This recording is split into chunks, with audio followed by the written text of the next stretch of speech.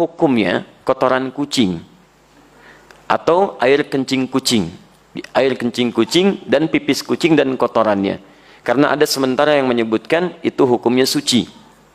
Baik, kami sampaikan, saya belum menemukan siapa yang menyebutkan itu suci. Karena hadis-hadis yang menyebutkan tentang kucing tidak menyebutkan kotorannya yang suci, bukan pipisnya, tapi air liurnya. Ya, hadisnya benar yang disebutkan, tapi cara memahami hadisnya keliru. Apa sebabnya? Dua hal. Pertama, hadisnya tidak dibaca dengan ilmu hadisnya. Dalam ilmu hadis ketika akan membaca hadis, selain melihat bahasa hadis, juga melihat asbabul wurudnya. Sebab kenapa hadis itu muncul. Antum lacak lagi tentang hadis kucing itu yang sekarang marak dibincangkan, itu setidaknya ada di Abu Daud nomor hadis 75, di An-Nasai nomor hadis 68, di At-Tirmidzi nomor hadis 92. Ketika disebutkan seluruhnya, itu merujuk pada sahabat Qatadah radhiyallahu taala anhu. Gimana kisahnya? Kisahnya ketika beliau berkunjung ke rumah anaknya, kemudian akan berwudu, menantunya melihat akan berwudu, air yang digunakan dijilat oleh kucing sebelumnya. Begitu dijilat, tetap air wudu itu digunakan oleh beliau. Menantunya bengong. Kata beliau, kenapa engkau bengong seperti itu? Maka dijelaskan oleh beliau, keluarlah kalimat itu. Innaha laysat binajasin wa hiya minat tawafina alaikum. Saya pernah mendengar Rasulullah SAW pernah bersabda, ya, air liur kucing itu tidak najis. Yang disebut air liurnya, bukan kotorannya. Itu tidak najis. Karena kucing itu hewan-hewan yang sering hadir di sekitaran kita. Baik, dari mana tahu itu menunjuk pada air liur? Baca hadis 76-nya di riwayat Abu Daud. Ya, di situ ada riwayat dari Sayyidah Aisyah radhiyallahu taala anha menyebutkan, karena Rasulullah sallallahu alaihi wasallam di riwayatnya raaitu Rasulullah sallallahu alaihi wasallam, saya pernah melihat Rasulullah sallallahu alaihi wasallam yatawaddau bi fadli. Beliau pernah berwudu menggunakan air yang pernah dijilat oleh kucing.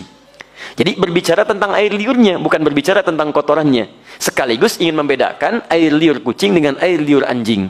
Kalau air liur kucing menjilat bijana atau menyentuh bijana, maka tidak perlu dibasuh karena suci nilainya. Boleh antum gunakan airnya. Tapi kalau anjing yang menjilatnya, maka baru dibasuh dengan 7 basuhan, salah satu menggunakan tanah. Itu maksudnya. Dan semua mazhab di sini sepakat. Makanya ketika disebutkan dalam kitab Al-Ikhtiyarat di halaman ke-26, disebutkan qaul sampai ke Syafi'i, sampai ke Ahmad, dan disimpulkan wa qaulul ashab, qaulul ashab.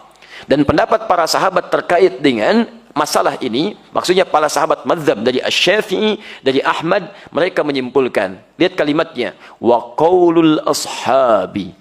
Dan kesimpulan dari pendapat sahabat-sahabat mazhab menyimpulkan al-hurratu wa ma dunaha minal khilqati tahirun. Air liur kucing itu, ini pembahasan tentang air liur.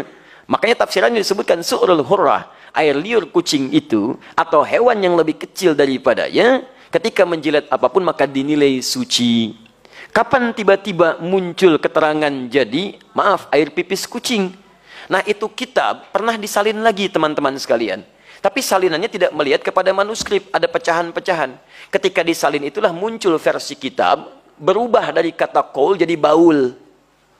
Baulul hurrah. Asalnya qaulul ashab fil hurrati. Qaulul ashabnya hilang jadi baulul hurrah. Baul itu artinya air pipis. Maka berubah terjemahan.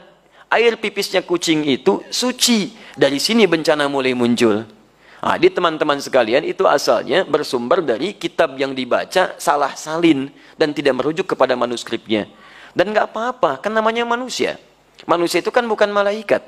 Kalau malaikat itu tidak kenal salah. Lawannya setan. Setan tidak kenal benar. Malaikat disebutkan 88 kali di Quran, setan 88 kali di Quran. Ya, saya bukan malaikat. Jadi kalau saya salah wajar. Artinya saya manusia. Antum bukan setan. Ya, jadi kalau antum maaf ya ada pernah berbuat salah, wajar. Karena setan tidak pernah kenal benar. Di teman-teman sekalian, kalau ada orang berbuat khilaf, oh jangan diungkap khilafnya. Cukup kemudian kita